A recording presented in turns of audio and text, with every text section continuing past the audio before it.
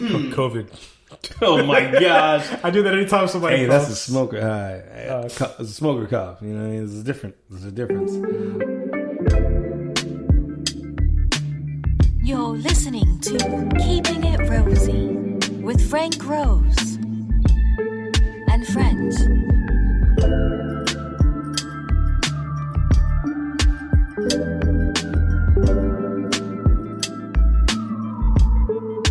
Ladies and gentlemen, boys and girls, this is your boy Frank Rose. This is part 2 of not Keeping It Rosy. I mean, it's Keeping It Rosy, but it's a special Keeping It Real. Yeah. So if you haven't heard the previous episode, I highly recommend it so you can catch up. We dive in deep. We're going in. I'm here with Johnny Hugo and Mars, aka Mars from Air, Marcella, and who? Sue. And Banksy, aka Mr. Dog. Dap it up. Boom. Hey, what I'm talking about. Also, Banksy, shut the fuck up. If you hear any growling, it's because it's my stomach. I'm sorry. Yeah, someone's not getting attention. And yeah, it's okay. Just pay attention to me and I'll stop growling. Love you, Mars. Keep it down. Jeez. Yeah. So if you're new to the pod, you already heard the first episode, but we're keeping it real. We're keeping it rosy. We like to laugh and find the funny things in everyday life. We got awesome sponsors. I didn't really get to shout them out on the last one, but real quick, I just want to shout out to CocktailPantrySearch.com, Deconstructed Drinks, Tree Life Healing Center, Plan Your Wedding Like a Boss.com, Broken Gumball Machine. That's me. And shameless plug, I am FrankRose.com because I am Frank Rose. .com. I'm a .com. There's actually a lot of dope shit on IamFrankRose.com. Mm-hmm. Yeah, man. And if you want to get some Keeping It Rosy tees and hoodies, you can go to KeepingItRosy.com. KeepingItRosy.com. That's my jingle. Yeah, you should write jingles for commercials. I would love to do that. That's such a good job. I would love to write jingles for commercials. I would love to be a animated actor, a voice actor. Well, you will be for cartoons. My show. Yes. Oh, he's going to be the voice of Chicle and Chicle. I'm still working it out. Okay. Yeah, you'll get it. I'll present Chicle when he's ready. No, he's going to sound like your dad. Like your impersonation of your dad is what I want Chicle to sound. Oh, my dad. Oh, Papa Rose. Papa Rose. Don't cross the river before you get there. That's so perfect. That's like his saying. Like, I need to make his saying famous one day. Don't cross the river before you get there. And I'm like, what does that mean? Why would I cross it? I'm not there. I get it. I get it, man. I get it. I'm still going. I think it's his way of just saying, like, yo, chill. Yeah, like, for sure. Calm the fuck down. Yeah. It's like his way of saying don't put the cart before the horse. Is that some like West Indian shit? What is that? You ever heard that before? Probably. Put the car before. Don't put the cart. Don't put the car before Not Saturday because you got sex day on Saturday. CART. Don't put the cart before the horse. Why not? Meaning, if it's a horse that's pulling a cart, the horse comes first. Don't put the cart before. Oh, okay. Yeah, Mars, you're missing the forest for the trees. Don't put the fart before the thirst because. Don't put the fart before the shark. Yes, exactly. Anyone want some more? Yeah. Right, that pour was really difficult for me. We always like to drink or, smoke or whatever. We are having some coquito thanks to my tío Rafi and Titi Blanca Rosado. Shout out to my familia. Banksy, you like them. You're just jealous that you can't have coquito because they'll give you diarrhea. And dog diarrhea is He will die. It's like dead-arrhea. Wait, they have chocolate or something?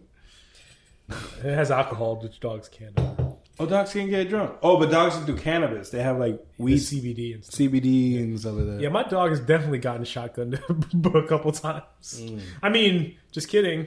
Cheers, guys. Cheers. To keeping it cheers. Christmassy. Ed, do you want some coquito? All right. I see you got a dog in your lap, so. Gracias, tío Titi. But speaking of Christmas and good. kids, real quick, I have a theory that you gosh. will enjoy Christmas potentially the most at 3 different points in your life. The first. Oh, God. Am I about to get emotional? No. Okay. I'm not there yet. The first is when you are a kid yourself like you have more imagination, you have more hope, belief.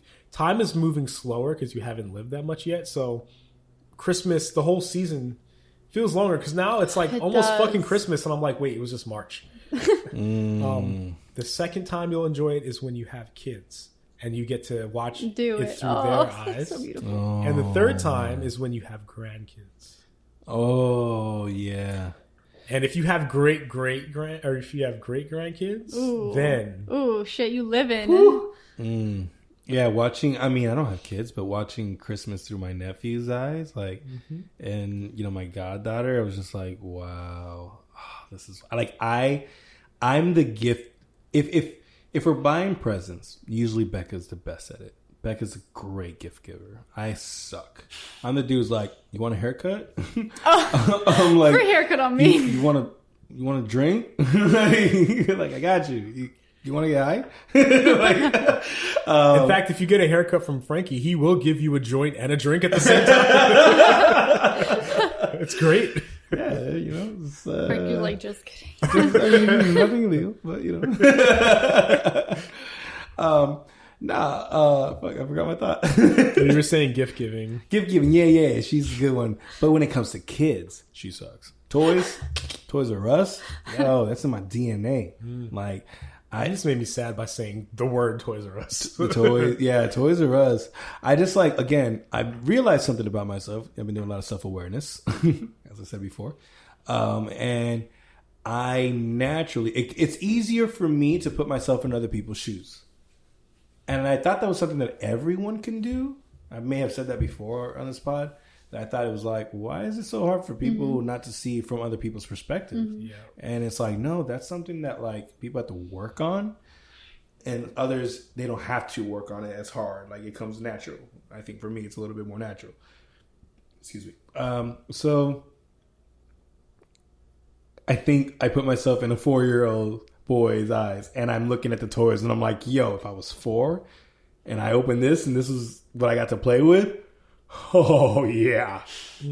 My day is made. I loved toys growing up. Fuck, I did too. I just feel like Christmas just got like worse and worse and worse and worse. That's Where like always- last Start getting year, practical. I was just like, this shit's just fucking exhausting. Yeah. I was actually had this conversation Anxiety of with a group of buying. my friends. Like a couple years ago, I was like, I just want toys. Like real talk. If people bought me toys now, like cool ones, I would. I mean, I collect pop vinyls. Yeah. I don't. I mean, even like cool ones, like Of course you if do. someone bought me a Nerf gun, or like a set of like dual Nerf guns that I can play with people with, Bro, I saw a I'd be Nerf like, that's gun. dope. I saw a Nerf gun at Target the other day. Yeah. And I always said I this, got if hard. I was a bachelor, my house, Becca, I told Becca this because she wasn't down with the idea. But I had, if it was just my place and I can make decisions, there would be this weird like section in the house where it's just like John Wick style Nerf guns. You know, when he goes into the secret vault, opens up all these like doors, and all of a sudden there's like all these different sizes of guns, or like Men in Black when they go pick, guns and stuff. Imagine all Nerf guns. So whenever I have random friends that were like, y'all want to Nerf it up? Like, all right, work. And we're just playing around, and I was like, dang, you got me. Like, where you at? did you ever? But then, hold on. This is what Becca said. Do you understand how weird it is to hear a grown man having a random box of toys in his house without kids? Yeah, I didn't know. Whoop, whoop. Alert. No, not doing that. I disagree. If I had a recording studio, yes. Do you ever have that one friend growing up who had like all the dope toys, like all the Nerf, like they had the Nerf sword, they had the Nerf football, they had all the different type of guns, and they were like, "Oh yeah, here are my extra darts." You're like, "What?" There was a kid in my neighborhood. It wasn't the Nerf guns. It was the Super Soakers. There was a time. You were probably too young, little zoomer. Is that just going to be a thing forever? Yes, grow stop- up. Hurry up. Or do your homework. Learn about the 90s. Yeah, Google it. Something that happened a year ago. You're too young. Yeah, next year. Do you remember COVID, Zoomer? Oh, Zoomer, there was this time when we had to stay in and they were masked. I know you're young. But we all experienced it. You wouldn't know. Super soakers. The super soakers, yeah. To the there was okay. So that's why I said, Hugo, would you do the honors of being my co-host? Be the wind beneath my wings on these frequencies. I'll be the water inside your super soaker. Again, he's my anchor. So the super soakers, right? He had, the cool guns with the little pumps on top, and like you get to fill them up. But it was all like pressure. You pump it, and that's why our generation is great at masturbating, because of the super soaker. That's a very good fact. We need to circle back, but yeah. Yeah. So I'm pumping, and he always had all this, like, he had the John Wick section in the garage of just different super soakers. But the one that was the dopest, it was connected to a backpack. That looked like a jetpack. That you could fill that up with water, so you always had water. Everyone else had to end up like refilling, and you're just soaking in water. It was like the flamethrower. Yes. And they had, here's the thing, Mars. I don't know if your young ass knows this, but they had like numbers, so it'd be like the F450 or whatever, and we knew what they were based on the number. And so if somebody's like, I got the Super Soaker 2400, that's like the standard Super Soaker, like the one with one tube. Then there's the two-tubed ones. Right. Like we knew. Forgot about the numbers. We knew about the numbers, and we knew like, oh, you just have like a 150. Like it was like classism. Classism within the Super Soakers. Man, I just had Tamagotchis. Tamagotchi. Yeah, we had those too. Yeah. I think I killed my cousin Evia's Tamagotchis like all the time by accident. You didn't feed it, or you didn't clean up its shit. I was just like, girl, don't give me this. Like, just don't. I play Street Fighter. I don't know this. Do you remember the ones that they were inspired by Tamagotchi, but they were like little fighters, and then you can connect them together and fight. So you would like train your little digital person, and then you'd fight, and like if other Isn't that what like wasn't Pokemon, but it was the competition that didn't do as well. Digimon. Didn't they have a little bit of that? Anyways, they did. Welcome back, guys. But I had I had a Tamagotchi, but so there's a store in New York called Duane Reade's. It's like I guess a CVS type deal, but like ghetto. And so Duane Reade's had they had Dinky Dinos, not Tamagotchi. And so I bought Dinky Dino for $5 for my allowance. It was kind of awesome because when you get it, it's an egg. And then it hatches. I think I had one of those too. I'm sure you did. It had like a little plastic tab you had to pull out to like just to activate. Oh no. Absolutely. It was great. Yeah. $5 was like, you did a lot when you were a kid. Actually. It was a beautiful time. Let me look on eBay and see if we can find super soakers and all this shit to like. Anyway, so I'm just saying this because my mom found this old picture of me and my cousins with my grandfather, and my cousin pointed out the fact that him and we had like toy guns on our hands because we straight up been playing cops and robbers. Like that was our thing, or just like basically any action packed movies that we would watch. And like we would get in the back of their little car Jeep, the little power cars that they have for kids. Yeah. He had one. He's the only child, so he had stuff like that. Like I was 1 out of 3, so he had all the best stuff. But like not best stuff, but Real quick. Yeah. All right, you guys want to guess how much super soakers are going for on eBay? Now, be clear, this is like 1993, 1995. Just take a guess at how much they're going for. 70. No, they're probably just cheap now, right? They're like $20 or something like that. What do you think, Ed? 175. What? Ed's the closest. What? 195. Let me see this. That's for the standard 1900. Y'all were talking shit about it. 195. I mean, it was the shit back then. That's the classic. That's like It's like the Air Jordans, like the.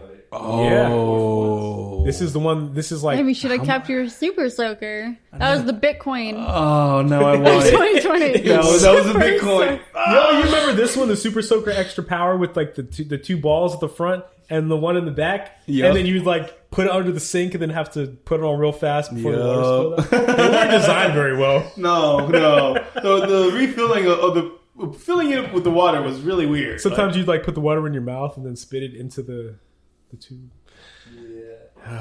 Yeah, definitely did that. Loved when I did that. That was so fun. Tell us more. Awesome times. Is this a bad idea? Yeah, I want to see how this pans out. Frankie's very dexterous. Uh-oh, I did it. Crash. Oh, he's getting his You didn't even let Ed get his content. What the fuck? his basic I beverage. didn't want to mess up the crib. Would you guys like another drink? I'm good. I'll take one. Thank you, sir. Now, speaking of Christmas and all that's going on, do you ever feel like, and I know that I think I know the answer, but like, okay, you'll hear in the media, there's a war on Christmas. Oh, Really? Again? yeah, every year. I think it's because of the Starbucks shit.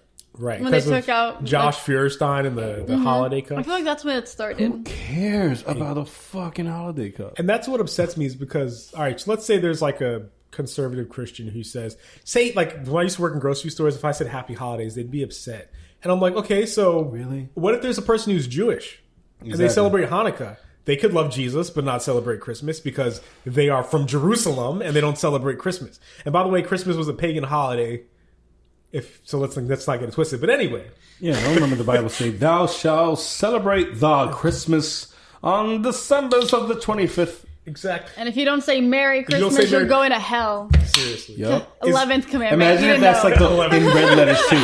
Commandment 11. It's like red letter, and it's like Jesus is like, "Hey, this is the one thing I don't mess with. Like everything else, like cool. whatever. But that's straight ticket to hell, man. Not even me dying is gonna help you if you don't say Merry Christmas. you don't say MC. Damn, if I you don't swear. say the Merry, I swear. oh, it caliente, brother. It's gonna be caliente. But I've been thinking about that more seriously as Sorry. I love you. I missed you. But like the war, so it's not actually a war on Christmas. It's a war on. If they're saying there's a war on Christmas, is forgetting what Christmas has supposedly been repurposed to represent. Because Christmas isn't about having a cup that says Merry Christmas or buying presents for people. It's been adopted by the Christianity, taken over from the pagan holiday. Say it one more time. Yeah, I have to let them know because people. No, Why that's are you being not how Scrooge, though? Huh? It's like, why are you being a Well, Scrooge? the thing is, like, we don't need one day to celebrate Jesus. And you wanna? It is white claw. And then he doesn't want us to call him Hotep Hugo. No, Hotepery is dead. But Okay, like, go on with your woke Christmas. what I'm saying is, so when you talk about celebrating Jesus, you talk about celebrating what he stood for. That's right. And Jesus wouldn't be like, hey, those Christmas lights, they need to be up. Okay. All right. You need to decorate. There's only 3 stockings hanging by the chimney with care. Okay.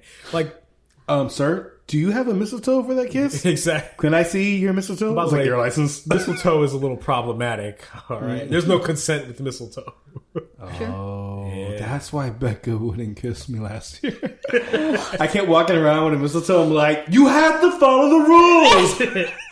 And she's like, go away. Just put it somewhere else. Leave. Like, I went out of the way and bought it. That's like the one thing I bought for Christmas, decoration-wise. Oh my! She bought, and I picked the tree. I don't know, okay. but then she got all the lights and decorations. When he says he the picked the stockings. tree, he bought a big ass piece of mistletoe and, And I was- decorated it. if it's bigger, you gotta kiss me longer. It's so creepy. But I say all this to say, I'm curious where this is segueing. no, I'm just thinking like, this is, I guess, Hugo's spiritual corner, but like, people always want to do things in the name of Jesus so much that they forget about Jesus. And that's not just, Christianity, it's anything really. But like, you love Jesus so much that you forget everything that he stood for just to make a point. Yet sometimes we That's get like caught that. up in the commercialism of the idea of what being Christ-like is, and I say like like even in churches, like mega churches or big churches, like for example, I always make the joke that I can't tell the difference between Hillsong, Elevation, Bethel. These are all worship albums from churches, and you look at them and I'm like, they all dress the same and look the same. Yeah. They're all very hipster. They have the tight pants with the Chelsea boots and the big, Gordon Bros hat. boots. And a flannel tied around their waist. Yep. They And have long tees. Long tees. And the worst part is that looks like my closet sometimes. I was going to say, it's a... I mean, it's a vibe. It's a vibe. It's a vibe. I almost said... I diss it and I love it. I have a very problematic thing to say about how he... I don't know if I should say it. Man, now I'm curious. I was going to say, all right, here's how we tell them Is apart. it on the subject? Yeah. Okay, then, okay. You want to know how to tell them apart? The what? You want to know how to tell them apart? How? Hillsong is the only one whose pastor got caught cheating. Oh my gosh. Hugo. I'm sorry. Hugo. It's probably true. Okay. Ye without sin cast the first stone. I'm not casting. I'm just...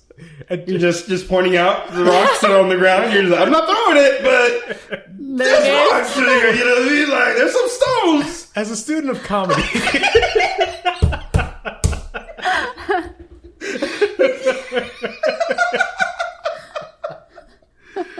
And I actually didn't want to talk about that because a lot of people. So the pastor, this is real quick, but the pastor from Hillsong, recently came out about having an affair, and a lot of people. What do you mean recently? Like now? Yeah, during COVID, he met someone. Oh, and they're like, what? I did not know this. Yeah, Pastor Carl Lentz. He's like Justin Bieber's. Is that the one in California? Or New York? New York. You gotta try really hard to meet someone during COVID. He was trying hard for that affair. Yeah. Started cheating, having an affair during COVID. Because he was leaving his house and going to the park, and he met her socially distanced, and then they traded numbers and but a lot of a pastor who's been married. How long married? A while. They got kids? I don't know. I don't think so. He's pretty young too, and he's very good looking. He broke more How rules young? as he did it during COVID too. I know that's double. His vows. He lost spiritual social points distancing. and secular points. He lost points on the left and points on the right. You cheated on your wife and you're having sex during COVID. Yeah. Oh, you're part of the problem. You're part of the problem. Problem. Yo, that's a lonely dude right now. Yes. I was trying to shoot my man some bail and say that he is getting demonized by everyone, but while obviously it's not right, he's a human being. Yes. And that just shows that anybody can give into temptation. But that pisses off the people who don't attend or believe, right? Because they're like, so you hypocrite. Get up there. It's hypocrisy, and it's that's why I don't like to preach. Yeah. You know what I mean? That's why I don't like to preach to people. I'll share my beliefs. I'll share my thoughts. I'll share my personal experiences, and then it's up to you. If you want to know more, if you want to come, I don't even do that. I just hey, I go to this church. Check it out. I like. Here's his sermons. I'm not telling you to go over there because of COVID, but you can watch online, and I think there's some wisdom in there. Mm-hmm. You'll definitely. I mean, not to shameless plug. Shout out to Journey Church, but whether you're a believer or not, you'll leave with a nugget. Yeah, I think you'll leave with never thought about that. I never looked at it that way. Oh, you know what? Maybe I should work on that. That makes sense. Oh, I'm human. Yeah. Oh yeah. Pastor JJ said something really dope last week when he was talking about. He was people always say I want to go to church, but when I'm ready to. I'm not ready. I'm right. I'm not. I gotta get myself right. I have to get myself right. He was but you don't go to the gym already buff, or you don't go to the hospital. I'm gonna go to the hospital once I stop bleeding. That's why, and that's what makes me kind of sad. I know I made.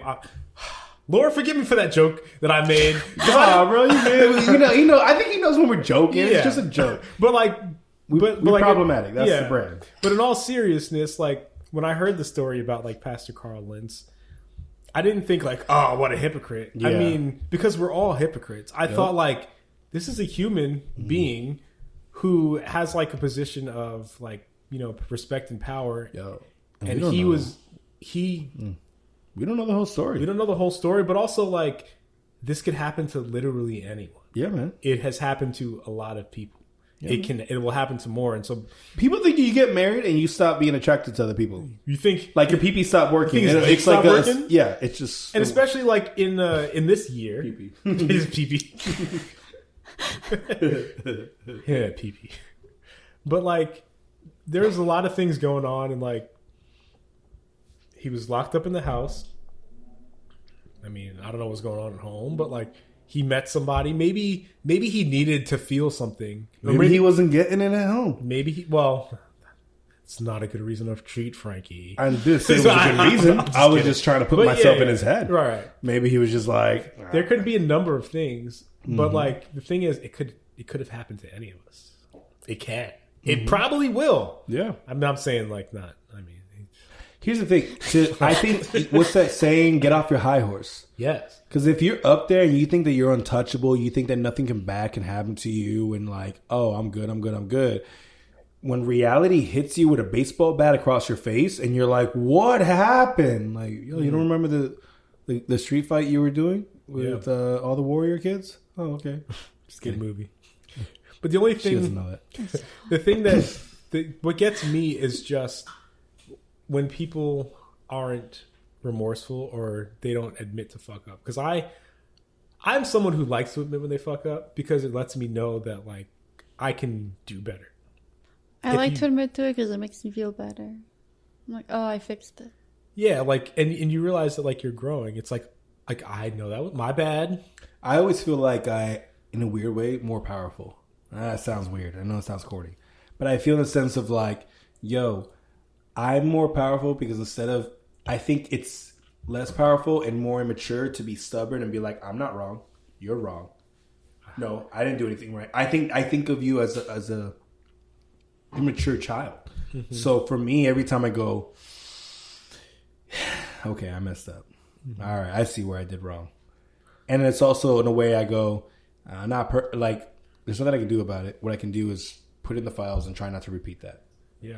Learn from your mistakes. Learn from the mistakes. And that to me, it feels like, like, yo, you just lifted that heavy weight that you couldn't do before. And like, it's an impressive weight. They're like, whoa, did you see that? He did that whole like He did that rep. He did that whole rep, like 200 pounds on each side. Pride. Get off of me. Yeah, get up. Yo, pride comes before the fall, man. And it's in the Bible. And I think that's streets right there, knowledge too. Like, yo, the pride it comes before the fall. The cocky dude. The one who's like, I can do it. I can make it. I'm the best. All of a sudden, you lost the election and now you're trying to fight it. But that's a whole other story. We're not going to get in there. But you know what I'm saying? Pride comes before the fall. Oopsie. Oh my gosh. I read this quote one day, or like this week, and it kind of fucked me up. It was like, was it your ego, or was it really heartbreak, or was it your pride or your ego or something like that? And it was like, oh shit. Yeah. Mm-hmm. I don't know. It makes you think. Yeah. Yeah, one thing, I'll get vulnerable for the first time on the pod. But, so one, are you making fun of me? I'm making fun of me. Because I'm a Sensi. So you ever heard, there's like the phrase of, there were two sons and their dad was an alcoholic, and one of the sons became an alcoholic, the other one didn't. And they asked the one that became an alcoholic, you know, how'd you become an alcoholic? And he says, because I watched my dad. And they asked the other one, how come you didn't become an alcoholic? And he says, because I watched my dad. So like for me personally, I watched my dad, and like, I love my dad and I respect him, but he's not going to listen. My dad is terrible at saying sorry and saying he's wrong. Like he will try to dismiss it so quickly. Even now to this day, like when I was younger, he would be wrong and I'd be like, you know, like you had the evidence. Oh look, here's the receipts.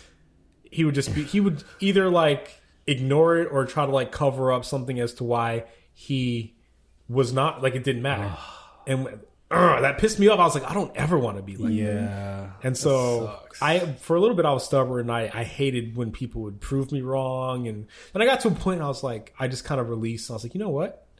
It's kind of freeing to be wrong, because then I won't be wrong the next time. And I won't be wrong the next time. And I'll know that because I was wrong, now I am right. Mm-hmm. Like, or maybe I was wrong, maybe I'm not. But is this where I'm going to die? Like, is this hill where I choose to die?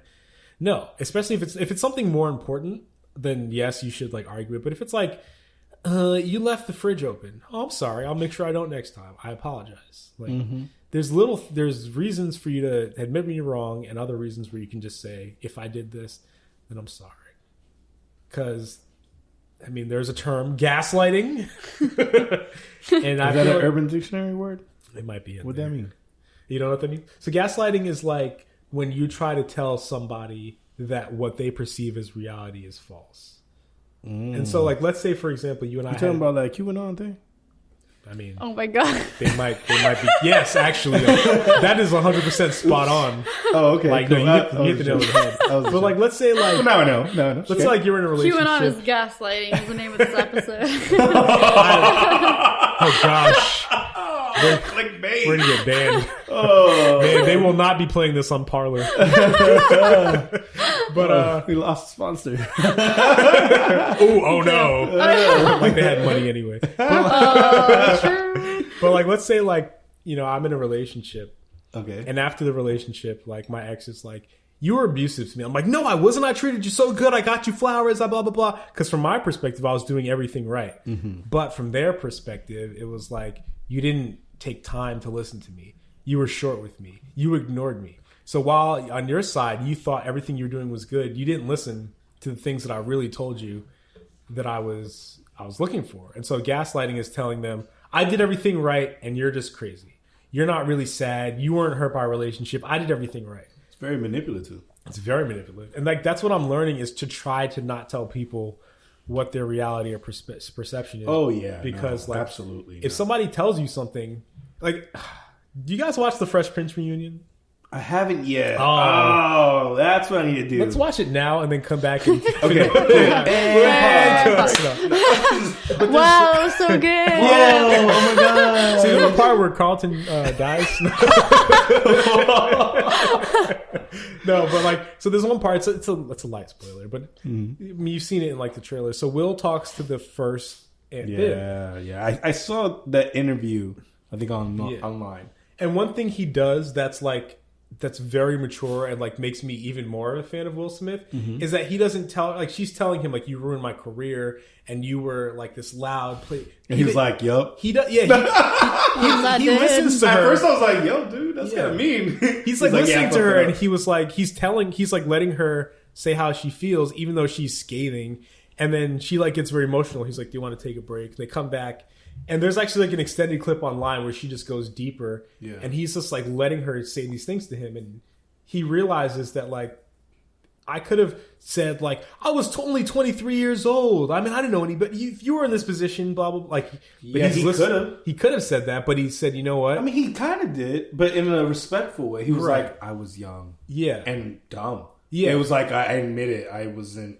Right. But he didn't didn't know better. But he didn't say it like in a defensive way as to like, I'm sorry. It was like, I'm It was sorry like- that I was young and I'm. it was sorry. you're right and here's why. Yeah. You know. Oh yeah. I think that was key too. That it was like, you're right and here's why, versus, like you said, being defensive. Like, no, that's mine. Like, no, not mine, but like, you know, Right. well, if you were in my shoe and you had all the lights on you and cameras and you came from nothing, all of a sudden you had this power and you had this lady who was like, I have these rules, and you were just like, oh, complaining all the time, like, buzzkill, she's out. Mm-hmm. I mean, I think that's why we can't judge, because I probably would have done the same. Yeah. If I was young in his position and had that kind of discord, and they were like, it's, you know, you have the power to be like, if you don't like it, we can switch it, because we can't afford to lose you. You can't replace you. Yeah. You are the name of the face of the show. And but it was also humbling and very like a more you learn or a life lesson to see that he shared that. Yeah. And he showed his vulnerability, and he showed that power that I've said, that I feel like I feel powerful. Yeah. I feel stronger. I feel proud of myself. Like, a question I've been asking myself, like, hey, before I do something, will I feel proud after? Is this going to make me feel proud after? Yeah, That's it's like, that's heavy. And it depends on the content that you click on, right? So, I'm just kidding. You know, when you Keep it started, rosy. Yeah, keep it I was rosy. actually with you. I was I like, know, me too. I was like, he's waiting. right. But no, yeah. So I was being for real. I see where they're talking there. That's what we do. Like, if there's more than one girl there, it doesn't make it. You know, it's like I'm not proud. She had handcuffs. Not proud. I don't think she had consent. That's not cool. I know she was acting, but still, like the scene is just like nah. But yeah, I wasn't convinced that he was a mailman. I'm not proud of the acting. Pizza Boy maybe, but no, mailman would have more dignity. But no, like that's actually shows growth. Like, because you're actually thinking about the consequences of what your actions might be. Mm-hmm. Yeah, man. I think it was funny. Circling back to part one, I guess.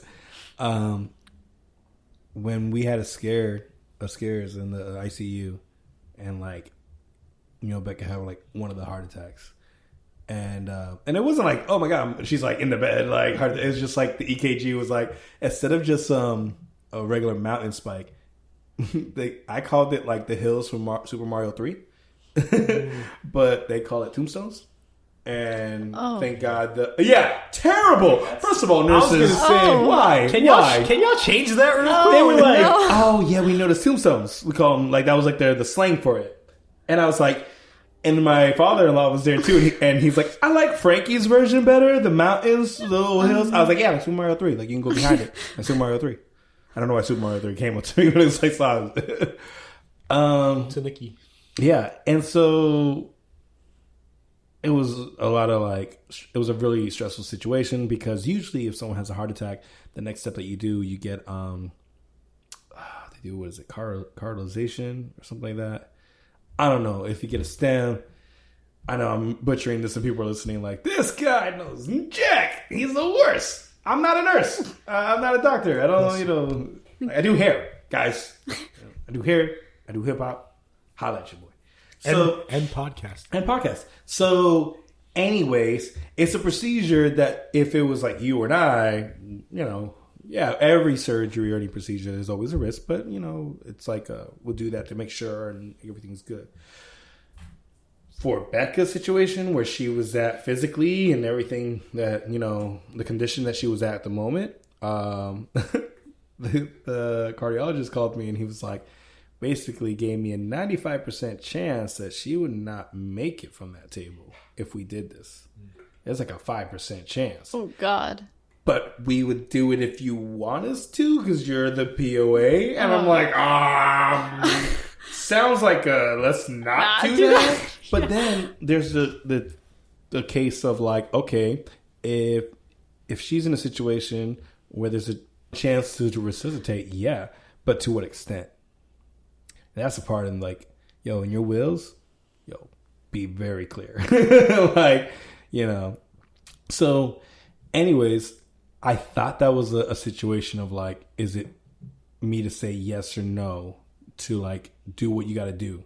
But luckily we built these relationships with like the bone marrow team that did the stem cell transplant, and like one of them actually lives in our apartment building and has been like amazing to Becca. You know, like texts her and drop things off. Wow. And yeah, even offered like rides because she's going to work and like, do you have a doctor's appointment? Whatever. Like, you know, amazing. And she, so shout out to Megan if she ever listens to this pod. So I talked to her and I called her and I'm like, yo, and their opinion of what as well is like, don't do it. Like, that's too much trauma. That's like, it's like, for what? Like, so we'll keep treating her and see how she does. That's when they were saying the next few days. We'll see how the next few days go.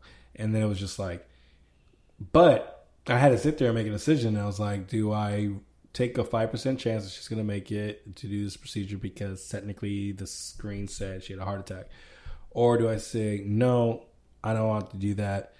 If she's going to go, let her go peacefully. But more was the idea, and this is where my faith kicked in, I'd rather not do that and allow us to pray, you know, and shout outs to the family out there. And we're just like, yo, please keep praying for Becca.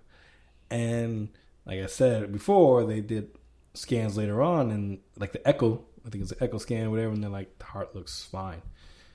that's normal. Like they're like, maybe it had like a clog and then it unclogged itself. You know, they're trying to give all the science, maybe trying to figure it out. I don't care. I don't care if it was something natural science. I don't care if it was something spiritual, a gift from God, a miracle, Christmas gift. The fact that she's better, it's awesome. So whoever deserves the credit, thank you. Science or God. Well, that's actually a very good point. Mm-hmm. Do you ever think, because in this world, God and science are like polar opposites, but do you ever feel like they could work together? Absolutely. And that's something that pisses off my in-laws, but that's another subject. But there's like, my sister-in-law, Becca, and I, we've always been on I believe that God gives man wisdom. Yeah. And if we're creating his image, and some people are gifted in areas of medical, areas of science, who dive into understanding how our DNA works, how our blood works, our heart, our body. They study this, they learn it, and they practice it, and they've been able to give people second chances that they, if it wasn't for them, they would have died. Yeah. And that let nature take its course, as they say, or as the doctor told me. He was like, from a friend's perspective, I wouldn't do that operation, and I would let nature take its course. And I took nature, and the spiritual guy in me, I'm like, okay, I'd rather take a chance with nature. Mother Nature, Holy Spirit, Father God, lo que sea, let's go. Bring that voodoo shit. What's up? No, I'm just kidding. No. Papa Dio. Yo, desperate times, man. Yo, literally, when I'm going through it, not that I'm like switching religions or whatever, but I'm like, I don't care who you are, what you are, whatever. If you're like, hey, man, I'm going to put positivity and prayer in your ways and hopes, be thinking about you guys. I'm like, thank you, and thank you. Because, I don't know, maybe that's why my wife is still alive today. Every day, every morning I wake up, and the fact that she's alive is like, which is something that, everyone says and throws around. Yo, I'm never throwing that around again. Yeah. Like, what's that old Such a heavy thing to throw around. Every day is a new day. I'm thankful for every breath I take. I get that line now. Yeah. Man, you ever hear like, there's a line in the T.I. song where he says like, God can take you to hell just to lead you to heaven. And like, I heard, I'm like, oh, T.I.'s a good rapper, whatever. It sounds dope. But like, when you're going through some shit and like, that's a good segue. Yeah. You're just like going through some shit and you're just kind of like, this hits different. Yeah. Because I'm in it. Song lyrics change depending on what you're going through or stand out. There was this, I think, I don't know if I tweeted it or I sent it to my friend. I was like, you ever cried to disco? You ever heard a disco song that it's upbeat and you would normally groove and dance to, and you're listening to the lyrics and you're just like a tear is going down because like the song is really a heartbroken song. Yeah. And I'm like, I feel you. When you listen to the words, man, I feel like that sometimes. Like there's like that one song you've heard a million times, but that one day where you just feel hopeless and you hear that song and it's like, holy shit. This person is going through some things right now, and like I get it. Yeah, I think it's just really comforting to know someone else shares a common experience, right? To not have to do something alone or like a path that's been uncharted. It's good to know that there's someone else there. I've reached out to like friends of mine who have kind of gone or going through, mainly people have gone through what I'm going through right now. One of my good friends lost his mother through cancer, and he was kind of like her caretaker. And I remember he kind of like not ghosted, but just kind of like he wasn't around as much. And I knew there was no beef. I knew it wasn't like, what did I do? No, we were friends. Like, I knew that he was just like, I'm focusing on this right now. Like, and, when we saw each other, it was all love, always. But we recently like reconnected. Recently a lot during COVID, actually shout out to Willie Colon. My old guitar player, mine the host. Yeah. Free Willy. Hey, 90s reference. Good job, wow. Zoomer. You're learning. More of that, okay? more of that. Nah, man. And, I had a conversation with him. He came over, man. And it was awesome because it was just like, it was someone who's saying, like, I know, I'm not exactly like, I didn't lose, not lose, but like my wife wasn't like sick, but it was my mother. And just getting some like perspective. And almost some of it was also like, you may feel this and that's okay. This is going to happen and that's okay. Sometimes you feel like this and that's normal. These are things that help me during that, how to overcome this, overcome that. Like for myself, I have this thing. I like to make playlists on Spotify, so depending on my mood or themes or vibes. And I got workout ones. I got like Christmas or whatever. Like, actually, I have a lo-fi Christmas playlist. Shout outs. I want to hear lo-fi jingle bells. Oh yeah. It's a what's it called? It's like a rose. I think it's a lo-fi rosemus. Oh, good. On Spotify, Frankie Rosato. Yeah, man. And so, but I imagine the way I do it is like when people used to knit or people who knit as something to help, with anxiety or something you do during your in between time. This dog is molesting me. Yeah, that's gross. Keeping it rosy, dogs molesting. He would just sit and be fun. Yeah, man. Like having the playlist. I have a sad rose playlist that like when I need to a black rose. Yeah, Black Rose. Oh, I should rename it. I should call it Black Rose. Yo, it's songs that is just like, if I need to cry, all right, here we go. I have one of those too. It's called Sad Girl Sunday. Sad Girl Sunday. I have one of those too. It's called my weekly playlist. But seriously. And it starts with, quit playing games with my heart. With my heart. Have you guys seen the newest episode of Euphoria? Like this special? Yes. Thank you. You You're told welcome. me. Holy cow. An amazing episode. It's like one of the best pieces of like cinema that I've seen. Oh, wow. And it's just a conversation for an hour. Wow, I love between that. two people. Yeah. And what stuck out to me the most was like that they talk about everything in this diner. They talk about addiction, religion, relationships, parenting, sickness. Oh, like one part that struck me was when light spoilers, but when she's talking. So the character, you watch Euphoria. All right. Well, so Zendaya. Zoomer. I thought that was like that's their thing. That's your Dawson Creek. It is actually. That's very good. That's super dope. Yeah. That's this episode. Euphoria is the Zoomers. Dawson's Creek. Euphoria. Dawson's Creek for Zoomers. But basically, in a nutshell, Euphoria follows a bunch of high schoolers, like juniors and seniors, and it does the kind of like Lost approach to TV, where it shows you them when they're younger, and then how those experiences that they had when they're younger shape who they are as young adults. And so Zendaya's character plays like that's all I know about the show. Yeah.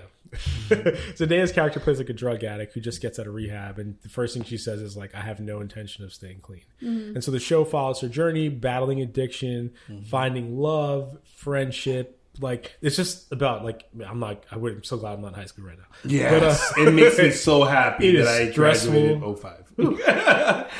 03. But so this special kind of like, wait, 03? all right, you know what? My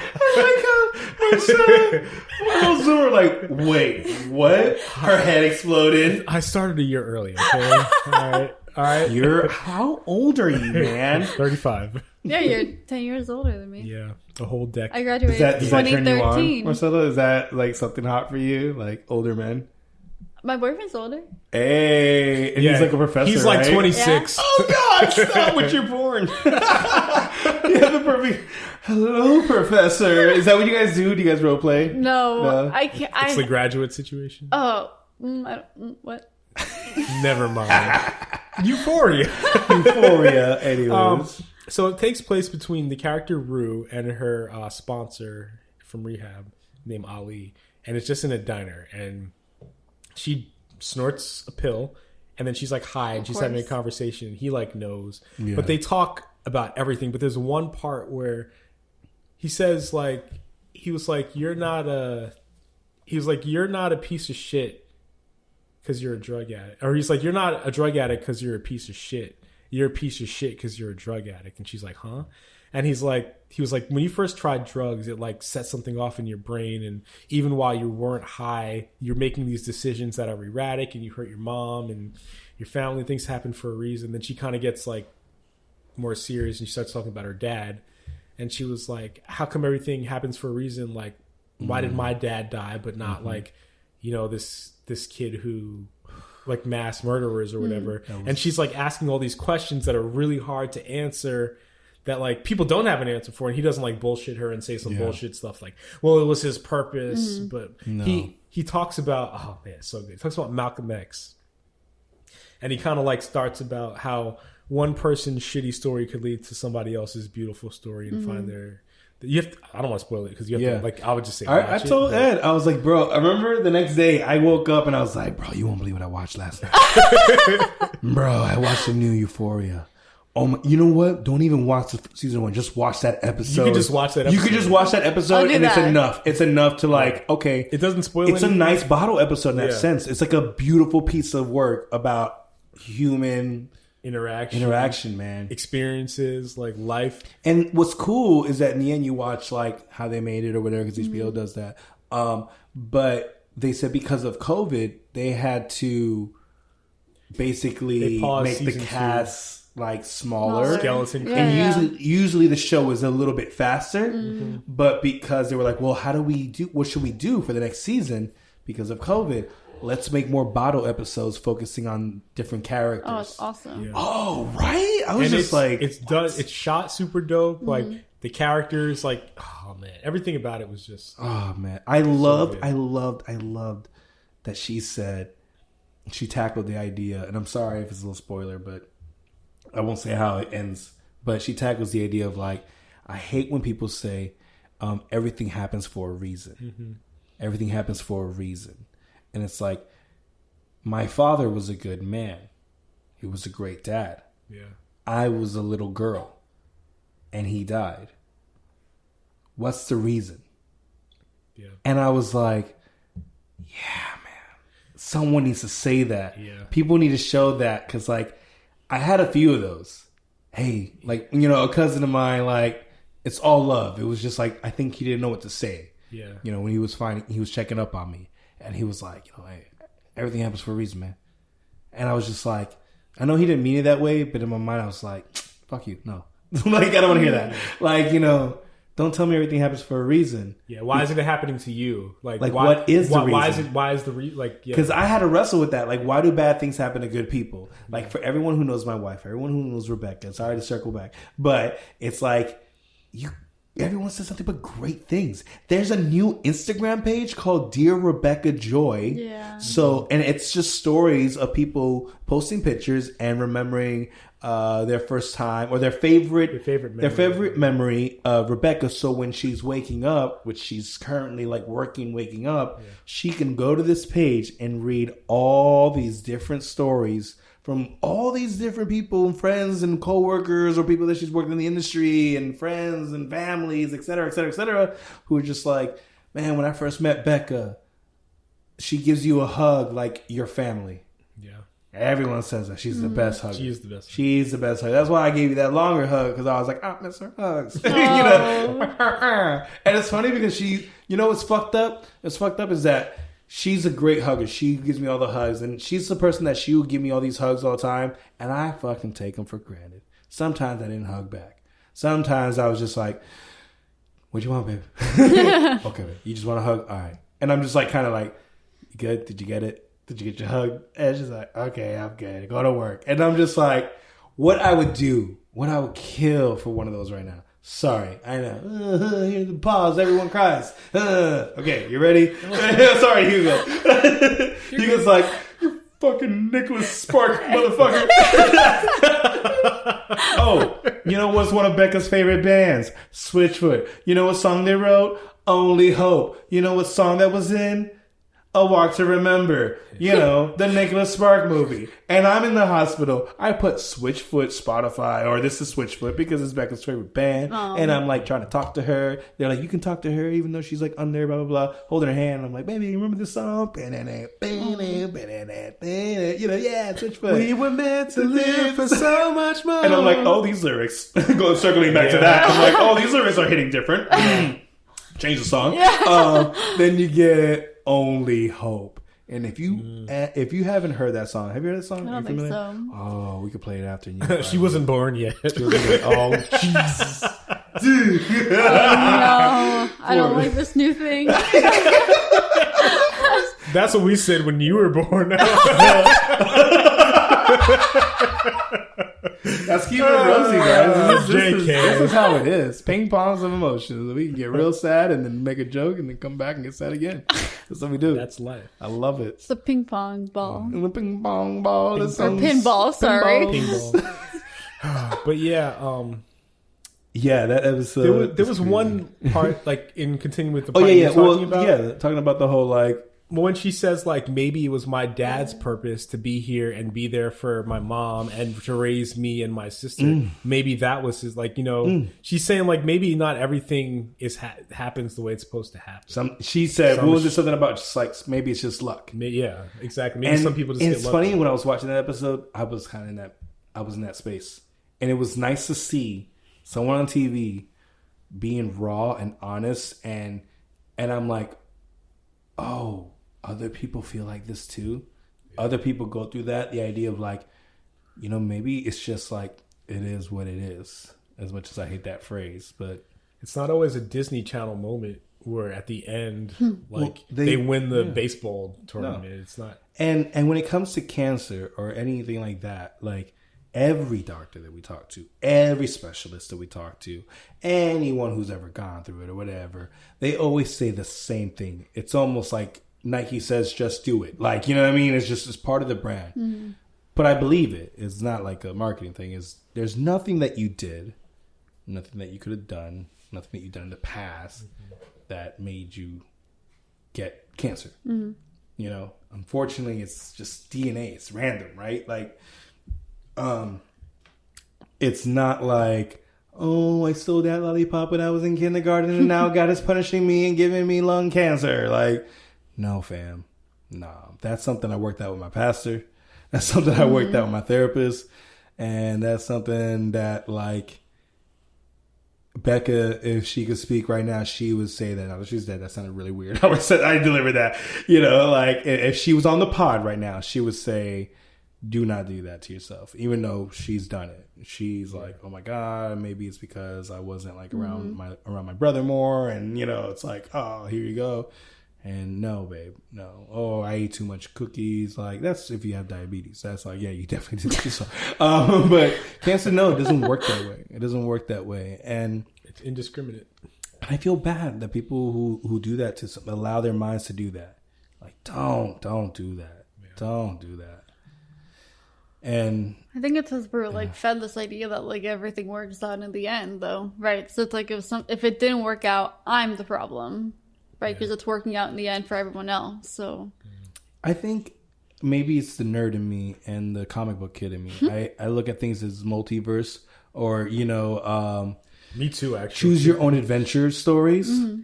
Where, like I said in the previous episode, lightly talking about like there's a story where she makes this and it's a bump on the road, and there's a story where she doesn't and this could be the end of the road, and they both have their pros and they both have their cons. And then that's not popular, that's not on brand, that's not cool to say out loud.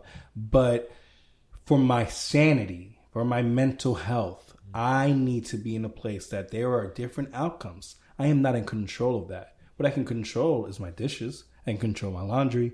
I control how clean my apartment is. That's why I'm really picky about keeping my boundaries, because it's my control environment. Mm-hmm. Yeah. And in a world where things are out of control, you need a controlled environment. I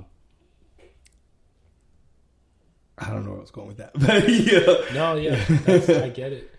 Like Yeah. that's what I've been learning that a lot too. Is I can only control the things that I can control. We can't control I can't that. control Banksy. Banksy's barking. Unless we put a collar. Those shot collars is And kind like that's one thing that I like appreciate the way that like if I've learned anything from like there's someone at the door.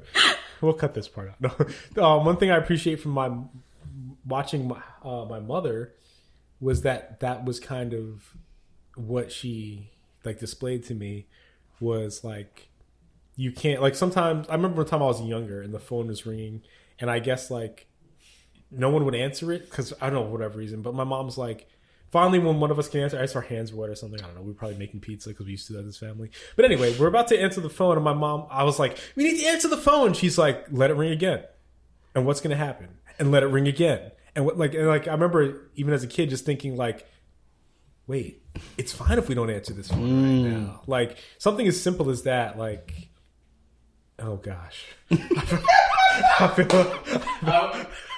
want to interrupt your flow. That's why you did that. Jeez, it's still every time.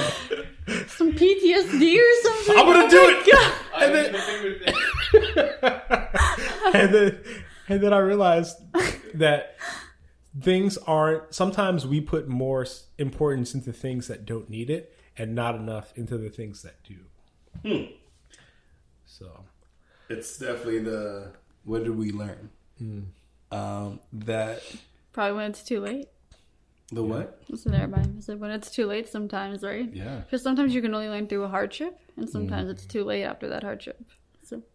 But, and this may be the optimistic of me. You know, it's like. Yeah, it's too late for that maybe relationship, but it's not too late for your soul. So you now can, on your next relationship, do better. Yeah. As long as you're still breathing, as long as you're still alive, you still got a second chance. it's never too late. It's never Until too you're late. gone. Are we gonna do high thoughts or I guess final thoughts or Yeah. sober thoughts? I actually had one. This could be like the end of the year episode, so Yeah, I have a really good one. Oh, true. Hey, my Etsy order shipped. Oh, good. What'd you order? Support local. A bunch. Oh, nice try. You're not gonna find out what I got you for Christmas. Oh, Hugo. No, it's tea. Oh, I love tea. I love tea. Spill it. Spill it. I'm spilling the tea. So who's going first? Frankie Mar? can go Frank- first. go first. I've been writing a lot in my notebook and I forgot it. But no, for real, I've been journaling. That says it all. I've been journaling a lot. Oh, but nice. what I do have in my notes, it's weird. This is my high thought. Super high Mario Bros. Okay. Instead of like the flower being like firepower, the flower is like higher power, right? Mm-hmm. Oh And my then, gosh. Like it makes him Nirvana. like Oh my gosh, amazing. like float jump. Yeah. You know, so he's like kind of like it's almost like he can fly a little bit because he's Yeah. like floating, Right. and then it kind of slows the enemies down so he can like fight the enemies because everything's like kind of chill. I don't know. It's an idea. That's my high thought. I want to see that game and I want to Yeah, play it. we'll send it to Nintendo and see what they think about our idea. Super high Marios. Like we Pop got. Bros. Super Pop Bros? I don't know. They eat mushrooms. Oh, I knew it was set up something. I caught it. It's the worst high thought. That's how I'm ending the year. That's my 2020 high thought. Super high Mario Bros. That's why I said this was going to be a callback. Broken Gumball stickers look like a super high Mario Bros. Yeah. You ready, Mars?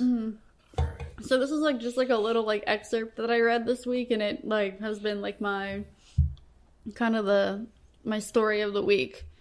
Okay, it'll take me like a minute to read it, so stay with me. You know? Okay. need a tissue or No. Because I have plenty, but they are soiled with my tears. It's not like sad, it's just more like, yeah, okay. Anyways, this was the year feeling like I had, a woman posted this and she usually posts like cartoons and shit like that, and that's how she makes her money. Anyways, this was the year feeling like I had nothing to say. Most of the time I didn't feel creative, and when I did, I wondered if the work I was contributing was just more noise. Unnecessary content that just served to further clutter and distracted an already chaotic, noisy world. Our phones were so loud, our sidewalks were so silent, So I spent a lot of time on them, examining flowers and memorizing houses, reading signs and peering in open windows for signs of distant community. The past few months, I didn't have any insight to share, so I couldn't articulate the thoughts I was having in any way that it hadn't already been said better than I could have said it. I experienced jealousy and scarcity and all the feelings that accompany insecurity. So I went to the sea. I stayed in an attic without internet and let my mind breathe. I couldn't stop writing in my journal, and I felt more myself than I had in 9 months. Writing has always been my sweetest companion, ever since I discovered it was a bridge between my overwhelming emotions and a world that didn't seem built for them. I have to say it was nice to write things that I didn't intend to share. I thought the fog would lift by December, but we are still so in it. It's so hard to stay and not search in vain for clarity that nobody can offer. Our society is obsessed with clarity and light, so much that we shine fluorescent light on dark mist and insist, all clear now. But I know that I have a few more months of thick fog, and I'm guessing a lot of you do too.